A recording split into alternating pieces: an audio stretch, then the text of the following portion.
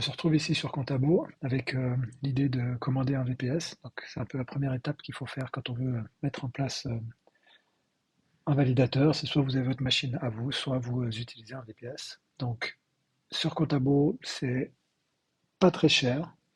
Par contre, niveau qualité, ben c'est pas très cher non plus. Donc voilà, c'est un peu la problématique qu'on a. Après, pour un testnet, ça va très bien. À voir pour le mainnet si ça peut tenir la route ou pas. Il y a vraiment des personnes qui ont des soucis, d'autres pas du tout. Donc il faut faire votre propre expérience. Donc ici, on va aller sur VPS, Cloud VPS.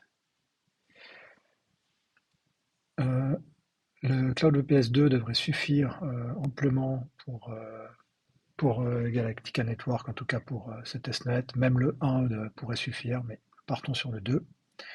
Donc ici, comment ça se passe? Donc il y a 6 CPU, 16 Go de RAM et 200 Go soit de NVMe, soit 400 Go de SSD.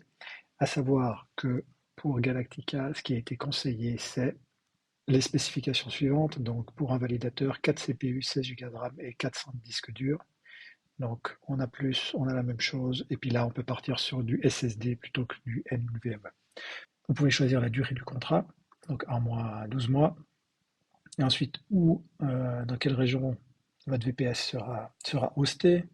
Donc, moi, je vais choisir Europe ici.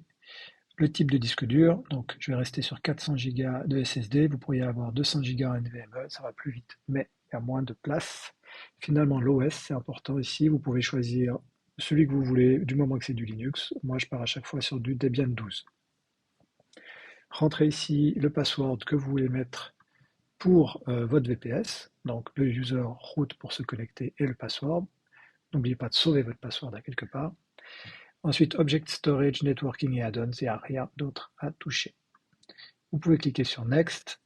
Est-ce que vous êtes un utilisateur privé ou business? Il vous suffit de remplir ces quelques informations, votre email. Une fois que vous avez fait ça, vous arrivez sur cette page qui résume un peu tout ce que vous avez mis en place et tout ce que vous souhaitez. Vous pouvez ensuite encore changer quelques informations si vous le souhaitez. Cliquez sur Order and Pay. Vous devrez remplir, pardon, à ce moment-là, vous devrez remplir vos informations de carte de crédit. Moi, elles étaient déjà dans le système. Et à ce moment-là, bah, vous avez votre serveur qui est en place et qui a été commandé. Donc maintenant, il n'y a plus qu'à attendre, entre guillemets, qu'il arrive. Vous allez recevoir un email directement de Contabo avec les informations pour vous connecter à votre serveur. Et comme ça, vous pourrez vous connecter directement. Et voilà. Bonne suite à vous. Ciao.